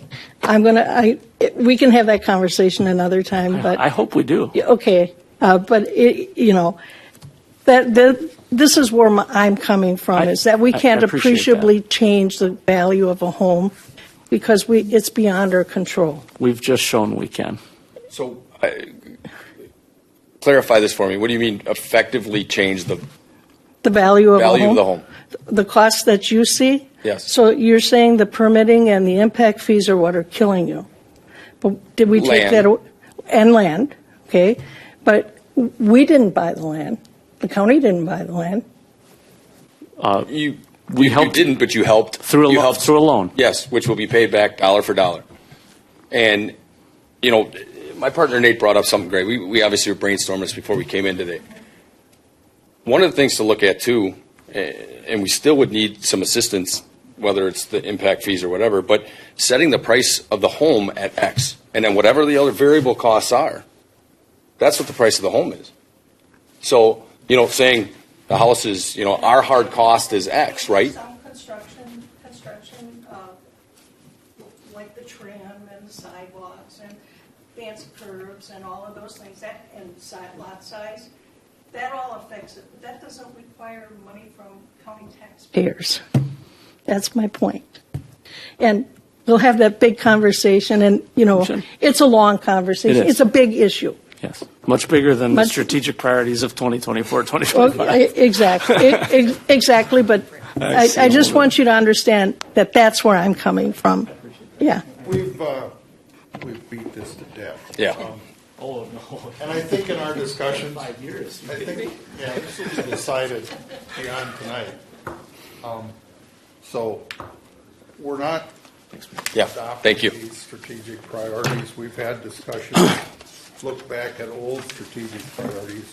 My advocacy, Mr. Chairman, is to keep that initiative one, and certainly to keep it on here and have that long discussion, as Supervisor Krieger-Gundrum alluded to. The initiative two, ironically, is called Heart and Homestead. That was not my idea. I give the credit to Epic Creative and Fuzz Martin's team. That program is being rolled out in April. You're going to notice as we go through these that many of these are well underway. Some of them are almost complete. Heart and Homestead is one of those programs, and that is also similar to the Homestead Act of 1862, an earned program. Nobody gets something for nothing. It's a second mortgage that they have to pay back or earn back, one or the other. I've talked about the shared planner. I won't go through all of these, but what I'm going to ask of you is, in the past, the county board by a motion has adopted this document, and that's it. The only other time they did something different was in 2013. That was before I was here. And they had picked the 5 top priorities, and then the rest of the items remained, but they said these are our 5 biggest things. At the time, eliminating debt. I don't think you have to do that today, but that could be a consideration. I said at the county board meeting last week, this is ambitious and aggressive. It is, but if you look at the previous documents that we have, it's no more or less ambitious or aggressive than those have been. So that my ask of you today is, if there's more discussion about that, Next Gen Housing or Heart and Homestead, or even the Workforce Initiative, which got some discussion at county board, if you remember that, I'd welcome that, and certainly conversation around, do you want 5 top priorities and then everything else, or is a list enough? And as mentioned at the county board meeting, remember, these things will get integrated into our quarterly reports. Your committees will continue to be updated. I'm certain you will be changing things as we go, so on and so forth. And if these things are incorporated into our strategic plan, each one by itself, when we need to do it, spend money for it or take action, we'll come back to the county board for resolution. If there's an action item and an expense, 100% yes. And generally, I come back annually and say, here's where we're at with this one, here's where we're at with this one, so you get an update as well, generally speaking. Any concerns or discussion on this? Good with that? Okay. Supervisor Mary?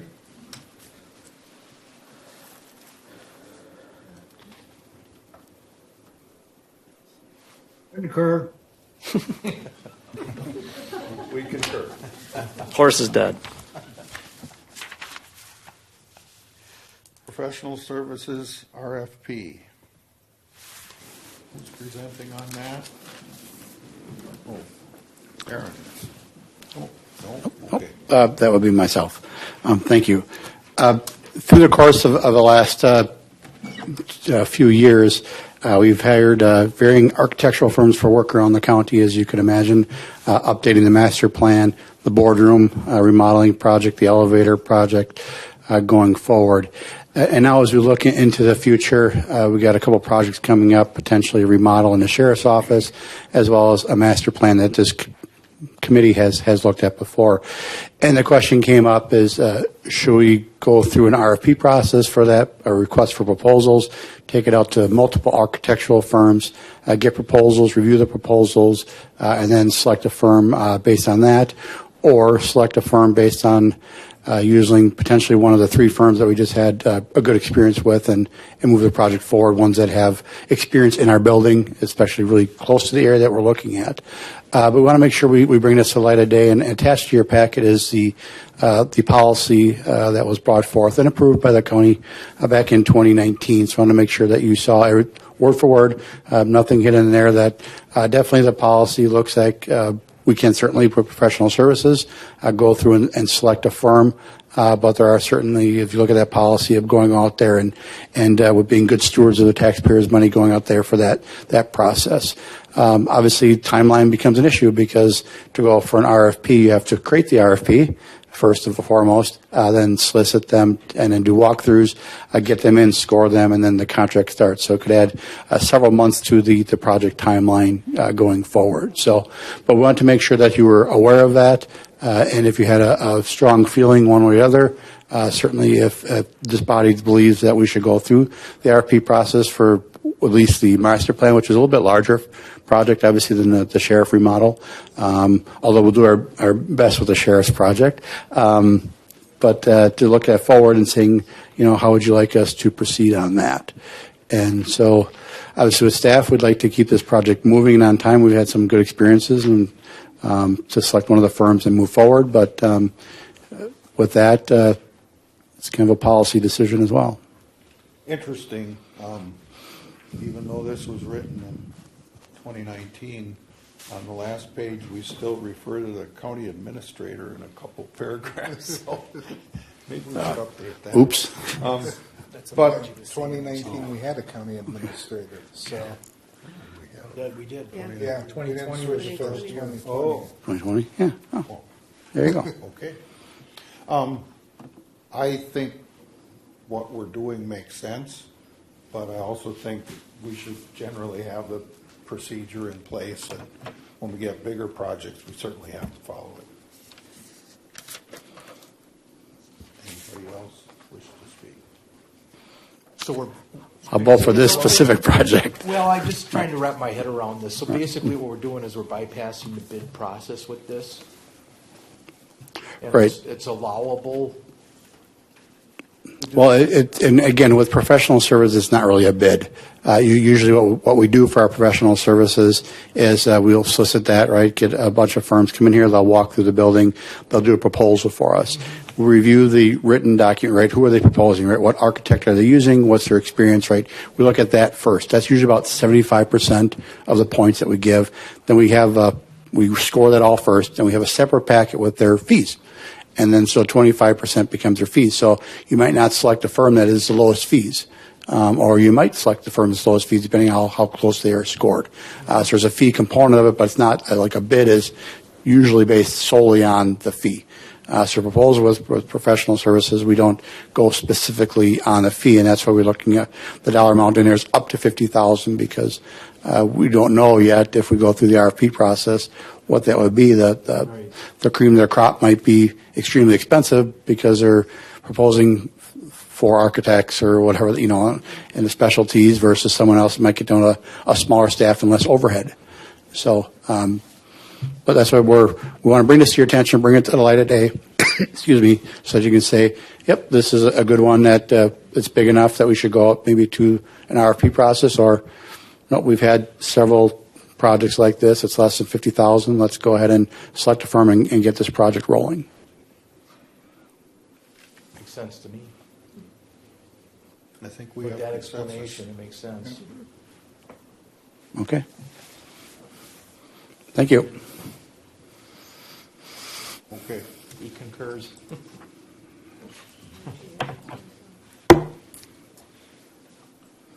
So now we get to the architectural fee for the master plan, which is also you, Scott?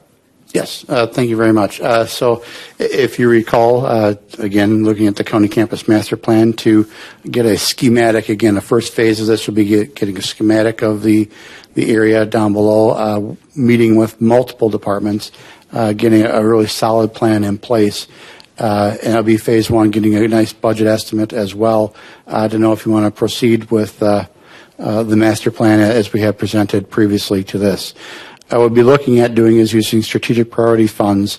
So again, no direct tax levy in a strategic fund up to $50,000 to plan out those schematic drawings for basically all 3 floors on this building. Again, the elected officials, Constitution offers down here, as well as plenty of parks across the street and everything else that was in that what we discussed last month. So. If you're okay with that, we'd like to proceed with using strategic priority funds to fund this first phase. Are we okay with that? We need a motion. No. We need a motion and a second. Supervisor Shadron, Supervisor Schulteis. Any discussion? He concurs. All in favor, say aye. Aye. Okay. You said you want to take it? Okay. Come on a roll. Our next item is also handled by Scott. We need a motion and a second. Dan, or Supervisor Shadron, Supervisor Bostic. we'll get her done. This has to do with cleaning up the ordinance. Is it an ordinance? That places responsibility or reporting of the IT department to Public Works instead of this committee. It's a change that's recently been made to balance workload, so Putting more stress on me or the next chair. We'll be gentle. Well, thank you. how many ulcers do you have? So all in favor, say aye. Aye. Aye. Any opposed? Passes unanimously.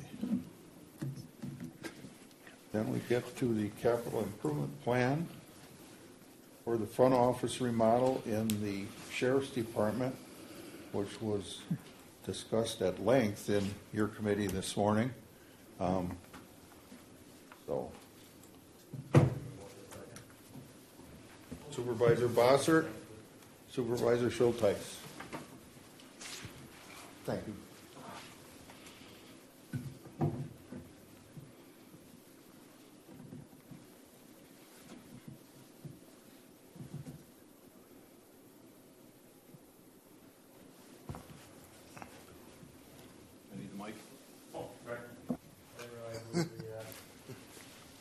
So I know we have some time to burn, so what I was going to do is start talking about the history of the Sheriff's Department. Started in 1834. So if you guys don't mind. Do you have any grandparents? Yes. So they were part of that land deal. So I apologize to the supervisors that were here this morning. I'll try to kind of move through this quickly. But what this request is kind of a cascade effect from consolidated dispatching, our CRU program, which if you're not familiar with that, I think you probably are, but that's the teaming up of human services and deputy, clinical social worker and a deputy, our mental health professionals. We have 4 teams of those now. And what we always try to do when we have major building projects or any major projects at the Sherwood County in general is kind of 3 things. You want to plan for what are your immediate needs? What do you need now?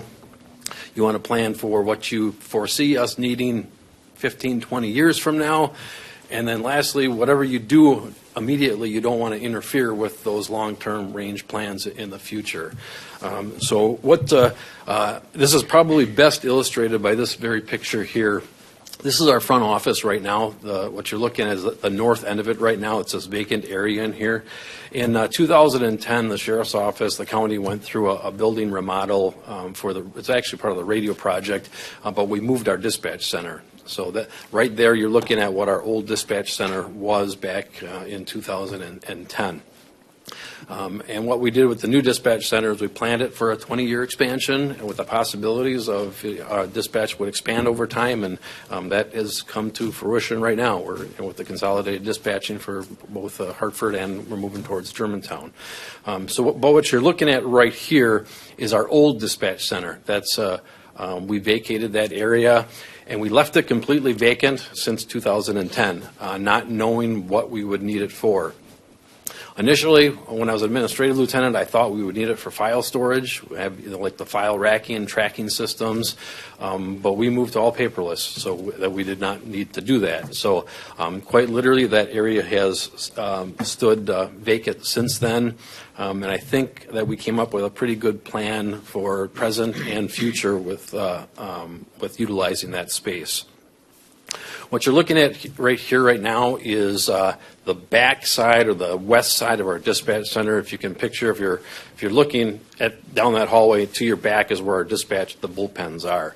And down this hallway, there are three offices.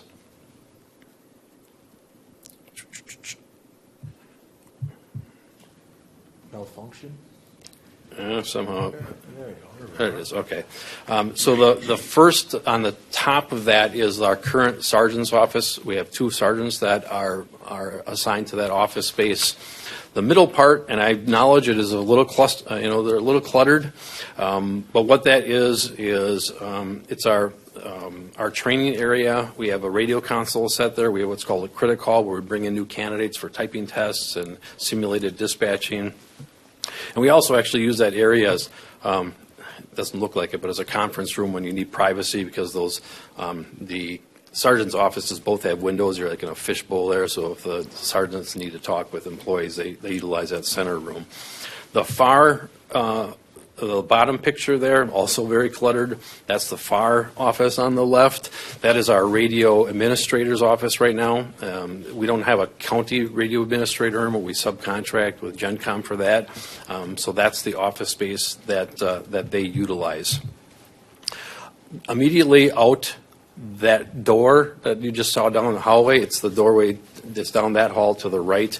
It leads to what is now the Crisis Response Unit office. It used to be our DARE office. Now we utilize it for the Crisis Response Unit.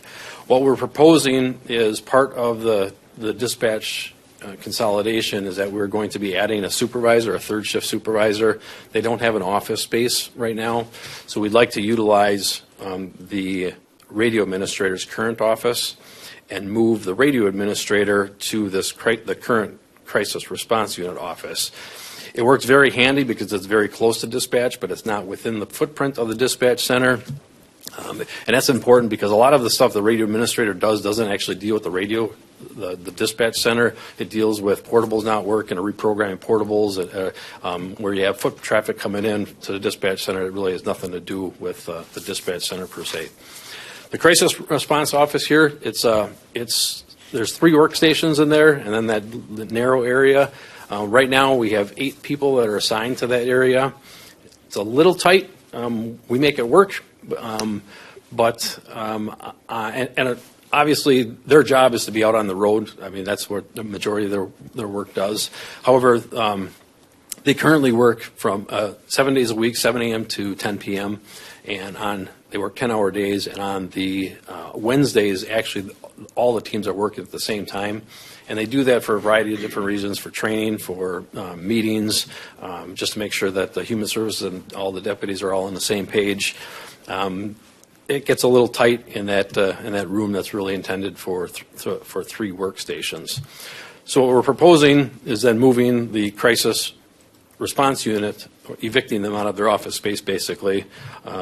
And what we'd like to do is to utilize that dispatch area that I mentioned. You'll see that door on the far part of that. That is a door right now that leads to a secure foyer. There's doors, secure doors on each side. Directly across from that is the current medical examiner's office. So that particular doorway is the general public would be able to get into that door and be in our secure area, but not have access to the entire building. And I'll explain that in just a second. So I guess this is kind of just another view of the current dispatch center, or the old dispatch center, rather.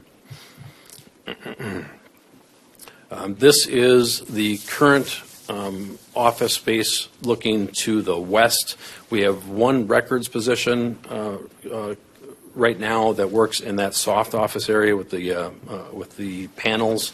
And that also works, and I'll get to that in just a second. But I wanted to show you the floor plan of what we're proposing. The shaded out area, the blue, that's not part of the quote. That's just kind of that long range looking into the future. Part of the master plan, that 2035 or whatever plan was that there could be more IT area that's needed, and we would be able to utilize move some office staff to that proposed area. But that's not part of this proposal at all. But that doorway that I mentioned to you, my pointer's not working, I'm not showing, but it's on the bottom end, right kind of in the middle. That's where that secure door leads to that semi-secure foyer. And it's labeled as a waiting room. I envision that more as a soft interview room where human services or our deputies could meet with the public in that area. We don't have that capability now because the DARE office is way off in the corner. You have to actually walk through a complete building to get to it. The foot traffic there isn't ideal. But this particular area, you'd be able to buzz them into that secure area. They'd be able to get into that waiting room or soft area that I would call it. And then the two other doors that lead into the office area and the CRU office, those are door card readers, so that would stop individuals from actually getting into the building itself. The other thing with the waiting room that is called, it's directly across from the medical examiner's office.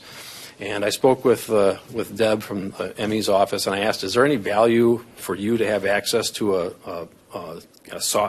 there's office chairs, and I'm envisioning that more like a sofa or a couch in there. Would you have a need for that space? And she said, yeah, we actually don't have anywhere to meet with families now that come in and have questions, and they're trying to turn over personal belongings and stuff like that. So she saw that as a positive thing for her office as well.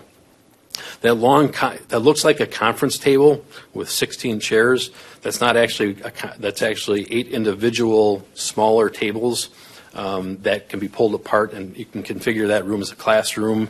It could be a training room for the CRU teams. It could be a media briefing room if we have a press conference. It kind of serves as a multi-purpose room.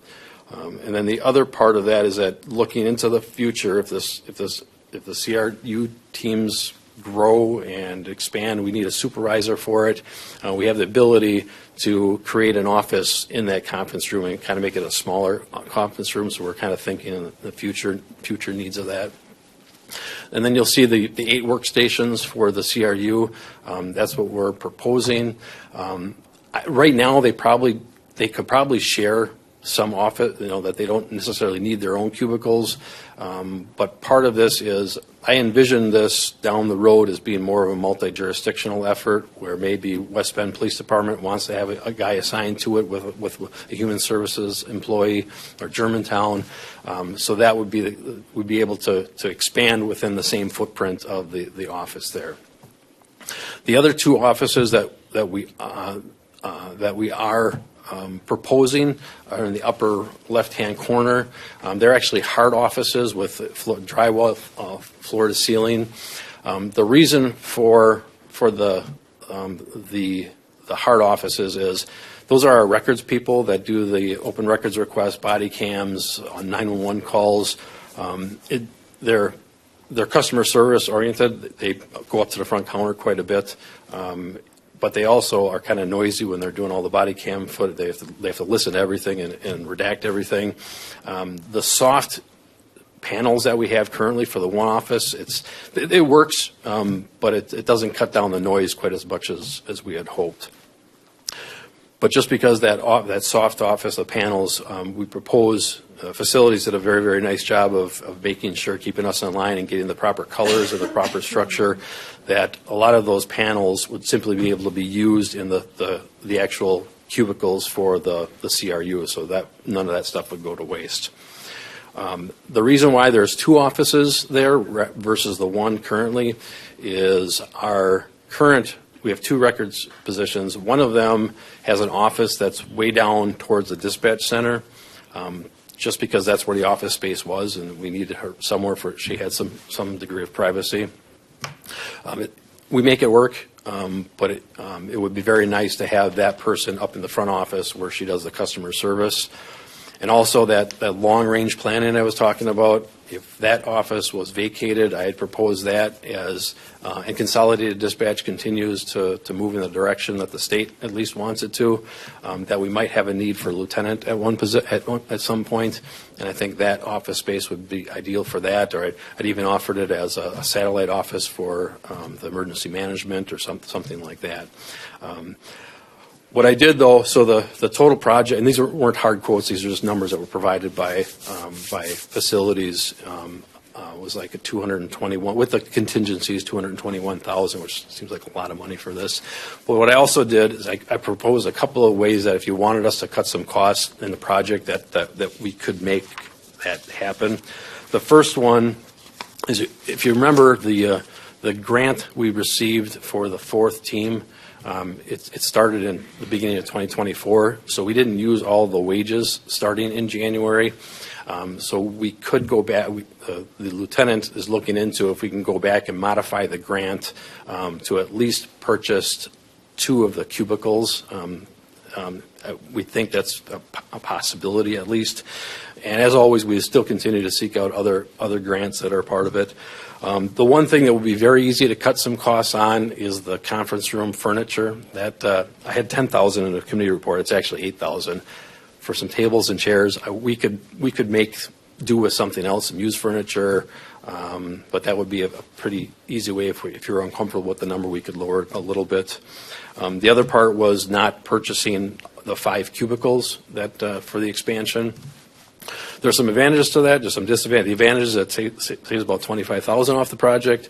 The disadvantage is I don't know if those colors and stuff are going to be available 5-10 years from now, and we were planning on using those panels from that soft office area to augment that, but that's something that we could also work with. The last cost-saving measure that I came up with is if you wanted to, we could eliminate one of those hard offices in the upper left, and just that takes about $14,000 off the project in that neighborhood, and just keep the other records custodian down the hall where she currently is. So I'm open to working with the numbers for sure, but I thought it was fair that we at least gave you some options. Supervisor Shadron. My question is this part of the strategic long-term, or is this more immediate because of the dispatch, combined dispatch? It's more the dispatch and the expansion of the CRU teams. Does this also fit into the long strategic? I guess I would hand this off. Yeah. Okay. Thank you.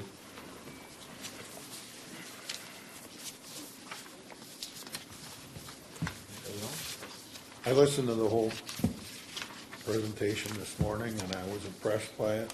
You looked at all different options within your office, and we're actually paying for it with CIP money that was not used on other projects. So I'm all for this. I think I made the comment this morning. These critical response units, they're having a big impact already on our community. We want them to be fully supported, and I think providing the space would do that. So, And also, as for that other office, spend the $14,000. I mean, it's beneficial for that person to be upfront if she's working with the public rather than getting her steps. Yeah, it is, but it's my money too, our money, and they're when I say, I mean the citizens. So I just wanted to at least provide some options. But workflow, that certainly makes the most sense. Well, I agree. Oh, I'm sorry. I was just going to say I agree with all that. And again, my thought was, as long as this is part of our long-term plan, the investment is worth it. So. Mr. Shook. We will, of course, work with the sheriff to look at furniture options as we roll through this project and procedure. I just want to say thank you to Kara Herdrich, our Buildings and Grounds Manager, for getting to this so quickly and giving the sheriff multiple options to go through and look at that area to remodel it, as well as her team to when we talk about the stewardship of the money here, being able to save that money on those other products by looking for cost-saving measures and not just spending it just because we have the money available to save that money so we're able to accomplish something like this, I think is a testament to her and her staff. I agree with that. I overheard some conversations this morning, and you guys are doing a great job. Any other discussion? I'm good. Did I get a motion in a second already? Yeah. Okay, all in favor, say aye. Aye. Any opposed? Thank you. Our last item is utilizing ARPA funds for tourism grants.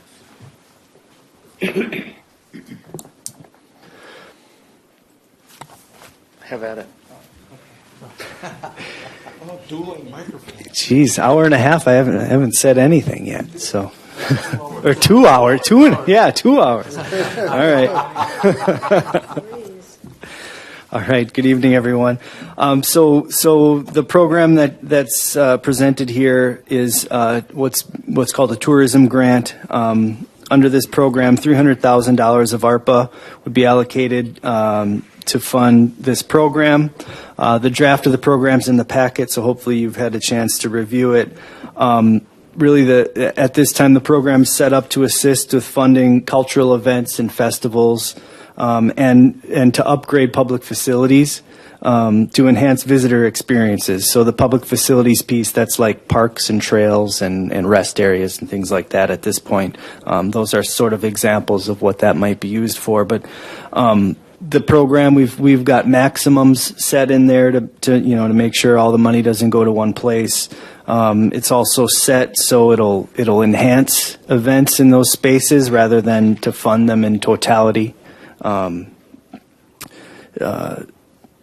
timeline on this is you'll see the dates in there are pretty soon. We're looking to be able to kind of get this out on the street and really to make those awards and notify folks so that that's done in time for the summer and the festival type season that's coming up here quickly. So, we really think grants like this can help to drive visitors to the county, inject dollars into our local economy, drive sales tax, things like that, right? So the program itself, you'll see, is stamped draft. But at this point, we're looking for just a general consensus, similar to how we've worked with ARPA dollars in the past from the executive committee. And I'm not sure if Josh had anything he wanted to add on this, but that's the grant, the tourism grant.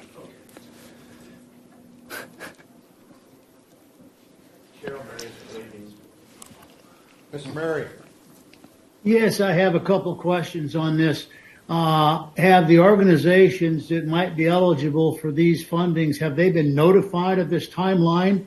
As you said, this is kind of a rush thing to get done. Are they going to have enough time to respond? We have not put it out there on the street yet, no. Okay. And would groups such as the County Tourism Bureau or Department, whatever it is, would they be included in this as well? We cut their budgeting last year or earlier this year for this year's budget. Would they be eligible to apply for some of these funds? Theoretically, they'd be eligible. They've not, as far as I know, they've never done an event or something like that, and they have no infrastructure type things. So I don't have to create one. They would be the group that would be promoting the county for tourism purposes. Yeah, that's we intentionally stayed away from that. We didn't want to get into the marketing game because, well, for a number of reasons, but it really starts to get difficult to figure out return on investment. And so, as you'll notice, these projects we're really trying to find little improvements to events that are happening. So if Oktoberfest in Germantown wants to bring in a special band or a special function, this can help be the money to get that to happen, which we assume will drive more attendance, which drives more sales tax. so on and so forth. So it's really not about marketing. It's really about letting them enhance their downtown or their event or their whatever. It's more. I was on the tourism commission in Germantown for a period of time, and we used to have to argue with some of the organizations that the tourism funding being provided did not necessarily mean they could go out and buy a whole bunch of more porta potties. That indeed it had to be used toward the event itself. Mm-hmm. And we got some arguments back against that. And I'm just hoping that that isn't the situation here, that there are some guidelines on how this money can or should be spent. It's not just here's a check, go have some money, have some fun with it, but indeed it has to be directly related to enhancing their program. And I guess the last question I have is regarding this advisory committee that's going to make the selection. Who's on that? I think you just volunteered, if I'm not mistaken. No, so we're Works for me. Aaron will take. I concur. Yeah, there you go. Aaron will take the lead on doing that, just like Julie took the lead on the mental health grants. Aaron will take the lead on this one, and certainly if you want some input ahead of time. All of that will be done internally, so certainly we'll. If you're interested, Supervisor Murray, we're happy to have you included in that. I would like to be involved in that discussion. Yes, sir. Thank you. That's all I have, sir.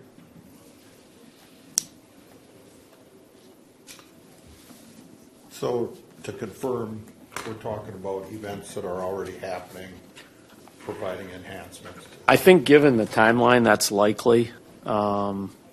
Yeah, so I'm expecting things like I said, Oktoberfest in Germantown or Bachfest that just happened, or what is the one, Fiesta Latina, those types of things, and then hopefully they do enhancements.